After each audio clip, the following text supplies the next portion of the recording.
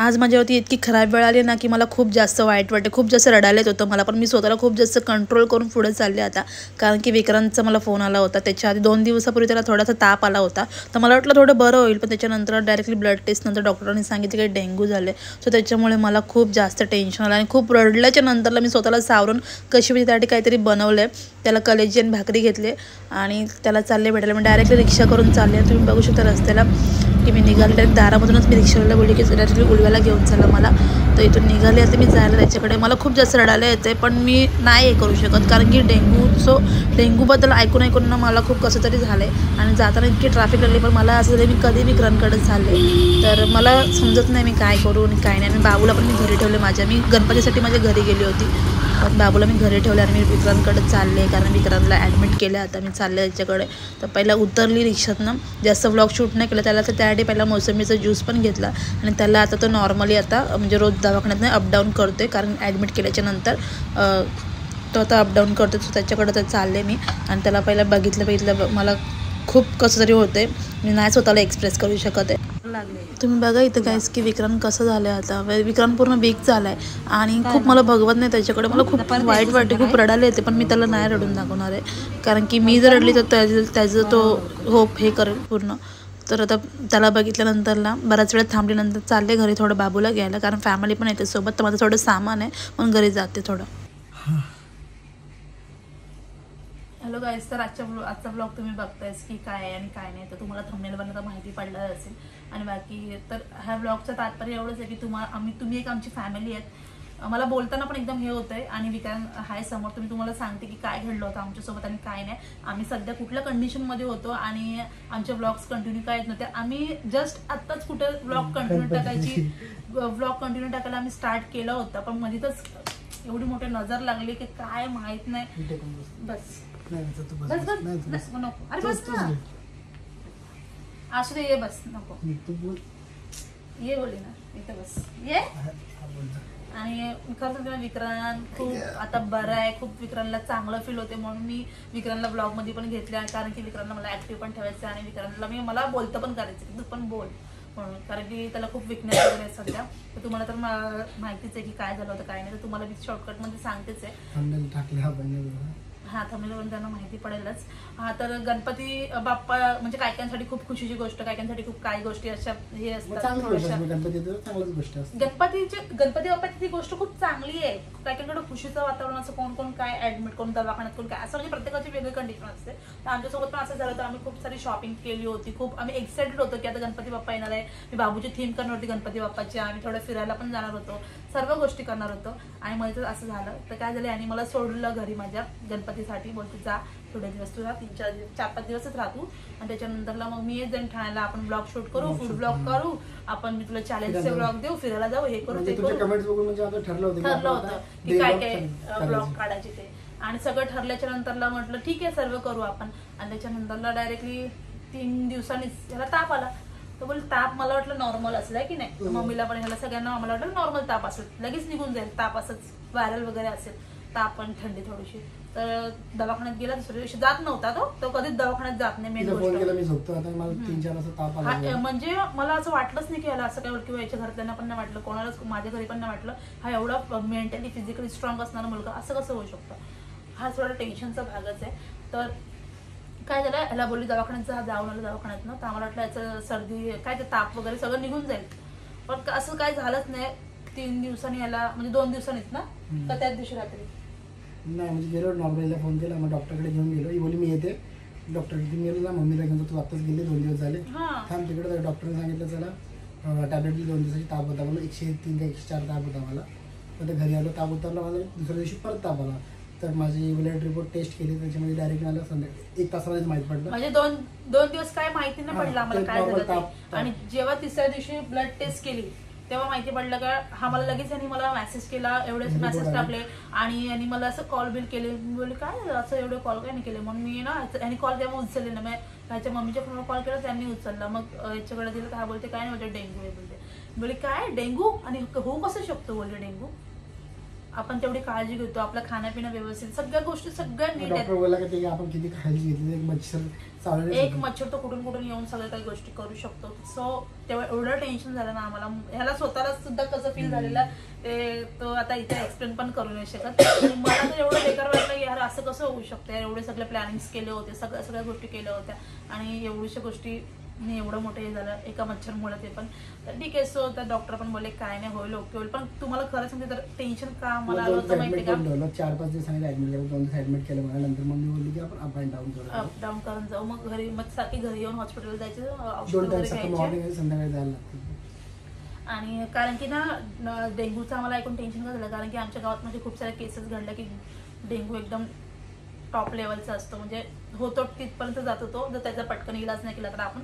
पण यांच्या मम्मीने पण यांना पटकन घेऊन गेलं हॉस्पिटलमध्ये आणि सगळं लवकरात लवकर केलं. आणि तेव्हा विक्रांत गायकवाड मध्ये खूप बरा झाला. हिला फोन केला ही जाम रडली, म्हणजे आता ती तिथं सांगू शकत नाही. तर त्या टायमाला मग मला वाटलं मी खूप स्ट्रॉंग आहे, मला काय होणारच नाही. तिला फोन केला, बोललो अरे भेंडी बोललो, भेंडीच बोललो ना, भेंडी बोललो डेंग्यू आला. मला रडायला आलं, बोललो का रडायला काय आलं की आमचा सगळं प्लॅन चौपट झाला आणि मला वाटलं नव्हतं मला डेंग्यू होऊ शकतो. प्लॅन पण जाऊ दे, पण एक भीती झाली, कारण की आम्ही खूप सारे केसेस ऐकले होते, खूप भयानक रूप घेते डेंग्यू. आणि ते 3-4 दिवसामध्ये एक वेगळा रिपोर्ट येऊन जातो. हा, आणि असे खूप सारे केसेस बघितले, त्याच्यामुळे एवढं टेन्शन झालं तर डोक्याला हे असं काय झालं आणि झालं तर पटकन सॉल्व्ह पण झालं पाहिजे. आणि खरंच घरात त्यांनी पण याचं लगेच म्हणजे याला हॉस्पिटलायझेशन वगैरे केलं, सर्व काही गोष्टी केल्या. डॉक्टरांनी पण खूप चांगलं आम्हाला हे केलं, म्हणजे खूप सपोर्ट केला चांगल्या गोष्टीत, आम्हाला खूप आधार पण दिला. कारण की आम्ही खूप आम्हाला ना मेंटली वाईट पेशंटची डायरेक्टली एकदम कमी झाले होते. 4.5 लाखाच्या पुढे वाला असतात, माझे 60-70 झालेले आहे, खूप कमी झालं होतं ते वाईट पेशंट. तर त्याच्यामुळे ते जरा थोडंसं क्रिटिकल वाटत होतं आम्हाला. पण काय नाही, आम्ही खूप आधार ठेवला आणि म्हणजे असं खूप देवाला आम्ही खूप प्रार्थना पण केली, त्यांच्या मम्मीने मी सगळ्यांनी. आम्ही तर म्हटलं नाही होणार, व्यवस्थित होईल सगळं. डॉक्टर पण बोलले, आम्ही खूप पॉझिटिव्ह राहिलो. पण एक होतं की माइंडमध्ये टेन्शन होतं की याच्या पेशी सगळ्या रिकवर झाल्या पाहिजे, हा नीट रिकवर झाला पाहिजे, बाकी काय नाही. मग म्हणजे टाइमवर हॉस्पिटलला गेलो. मेन गोष्ट ती म्हणजे नडते आपल्याला की आपण जात नाही. आपण आणि खरं सांगते तुमच्या इथे पण जर कोणाला ताप वगैरे आला ना तर डॉक्टर बोल ना ब्लड टेस्ट करा, नसेल निघत ताप तर लगेच ब्लड टेस्ट करून घ्या, काही घाई करू नका, काही थांबू नका. पहिल्यासारखं वातावरण राहिलंच नाही. आपल्या मम्मी पप्पा बोलायचे की आम्ही आजारीच नाही पडायचो, पण त्यावेळेला क्लायमेट तसं होतं, तसं काहीच नाही. आम्ही शॉक झालो यार ह्या गोष्टी. आणि कसं आहे, ह्या केसेस खूप ऐकल्या त्याच्यामुळे जास्त भीती होती मनामध्ये. आणि खूप काय कंडिशन होती त्या टायमाला आमची, ते आम्हालाच माहिती होतं. तर एवढ्या दिवस ते व्लॉग त्याच्यामुळे आले पण नाही, काय नाही. आणि विक्रांतला आता खूप बेटर फील करतो, म्हणजे एवढंच आहे की त्याला विकनेस आहे, पण एवढंच की तो जेवतो, ते जेवत सुद्धा नव्हतं. आता पण सांगू नस मी सगळं दुखतं, ते मी कामाला पण जात नाही, कुठेच जात नाही, घरीच बसतो. घरीच येतो. घरातले पण बोलले की काय करायचं पैसा कमवून घरीच बसतो. घरातले पण बोलले की सध्या तुला जोपर्यंत वाटत नाही फील चांगलं होत नाही तोपर्यंत तू कुठंच जाणं काय नको करू. म्हणून विक्रांत सध्या म्हणजे आरामच त्याला सांगितलं, तो आरामच करतोय सध्या. आणि त्याला विकनेस पण आपण आहे, असं नाही की नाही, त्याला घाम वगैरे पण अजूनपर्यंत येतो थोडा. तुमच्याशी बोलू शकता म्हणजे भीती ती निघून गेलेली. हा, म्हणून मी याला बोलली की थोडा ऍक्टिव्ह राहा. आणि आम्ही पण आता ठरवलं, मी विक्रांत बोलली तू माझ्यासोबत येत जा ब्लॉग मध्ये, तू पण बोलत जा, थोडं तुला पण चांगलं वाटेल. आणि खरं तर बाबूला बघून विक्रांतला थोडंसं चांगलं वाटलं. हा, म्हणजे मम्मी बोलली होती बाबू मला ना तुझी पोरगी आली तुला अजून बरं वाटेल. आणि खरं म्हणजे ती आल्यानंतर मला मी अजून फास्ट रिकवर व्हायला लागलो. आणि हिला बोललो मी, कारण बाबू छोटा म्हणून मला आजार कशा पुढचं तो व्हायरस टाईपच असतो. कारण मी हॉस्पिटल रोज जायचो तिकडे पेशंट. पण मी असं नाही मी याला भेटायला वगैरे यायची, पण बाबूला घेऊन नाही यायची, कारण की कसं आहे सगळे बोलत होते की ती छोटी आहे, तिला नको सोबत. म्हणून मग मला खूप कसं तरी वाटायचं यार बाबू घरी. आणि ठरवलेलं ते सगळं याच्यात गेलं. एवढंच सांगेन की म्हणजे असं थोडं आमचे म्हणजे दिवस खराब झाले होते मध्ये तर, सो त्याच्यामुळे आमचे ब्लॉग नाही आले कंटिन्यू. आम्हाला कमेंट येत जेव्हा मी स्टोरी टाकली असं वाटतं. आणि कारण स्टोरी टाकली होती खूप सारे कमेंट झाले, दादा काय झालं काय झालं, कारण ते सगळ्यांनी लावलेली स्टोरी टाकली होती ना माझी. खूप त्यांनी म्हणजे झेललं. ऍक्च्युली मी सांगते की ज्यांना कोणाला झालं असेल त्यांच्याकडे त्यांना माहिती असेल की किती क्रिटिकल असते, किती बेकार असतं. त्यांनी ते बिचारांनी झेललं आणि खरंच त्याला खूप देवाने ताकद दिली आणि त्याला पटकन रिकवर झाला तो. आणि खूप बरं वाटते मला तो रिकवर झाला. 4 दिवस ते पटकन नव्हते, पण ते कसं सलाईन तुम्हाला महिमा खरं एका जागेवरती कुठलाच नॉर्मली मुलगा बसूच शकत नाही, तसं बसायला लागतं. पण ते होतच असेल ती गोष्ट.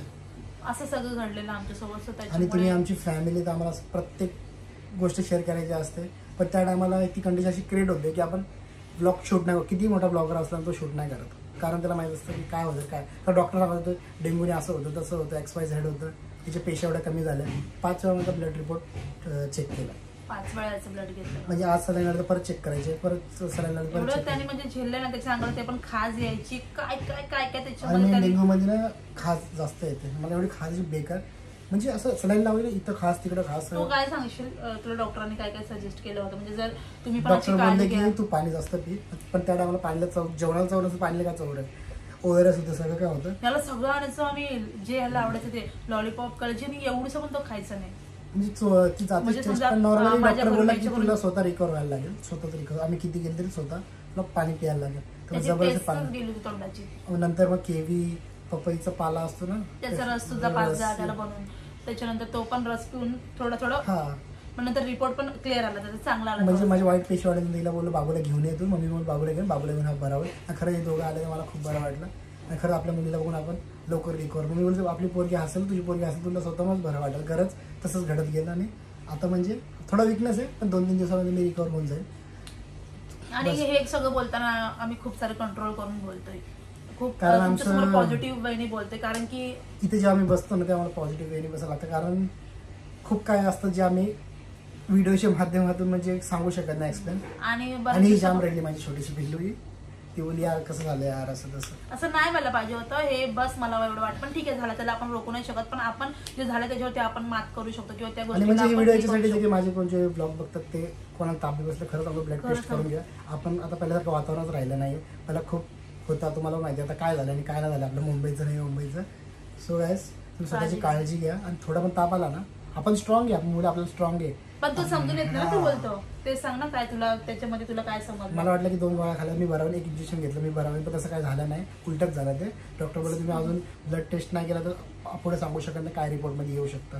तर मम्मी बोलली ठीक आहे करा. मम्मी डायरेक्टली बोलली डोक्याला ताप नको, तू ब्लड टेस्ट करून की काय असेल तर मम्मीला 100% वाटलं होतं काय होणारच ना त्याच्यामध्ये. पण जेव्हा सांगितलं डेंग्यू आहे पुन्हा अख्ख्या घराला टेन्शन आलं. हा बरोबर आहे, कारण डेंग्यूचे केसेस. आणि मी तिच्या घरी होते, तिच्या मम्मी पप्पांना पण डेंग्यू, तिला पाठवत होते जा घरी. नंतर मम्मी स्वतः फोन करून बोलली नको बाबू. मी मम्मी सोबत बोलणं केलं, त्या मला बोलल्या की बाबूला घेऊन नको, तुला यायचं तू एकटीच येऊ शकते. कारण की कसं मग जीव लागत नव्हता. आणि डॉक्टर डायरेक्टली काय बोलला 10-15 दिवस लागतील रिकवर व्हायला.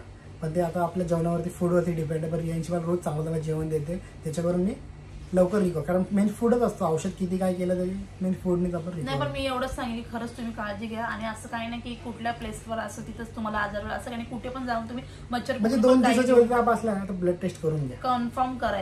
आणि जास्त भीती वाटत असेल 1 दिवसात करून घ्या, काय नव्हत फरक पडत थोडंसं ब्लड. पण तुम्हाला माहिती आहे डेंग्यू किती हानिकारक आहे. सो तर काळजी घ्या आपल्या फॅमिलीची.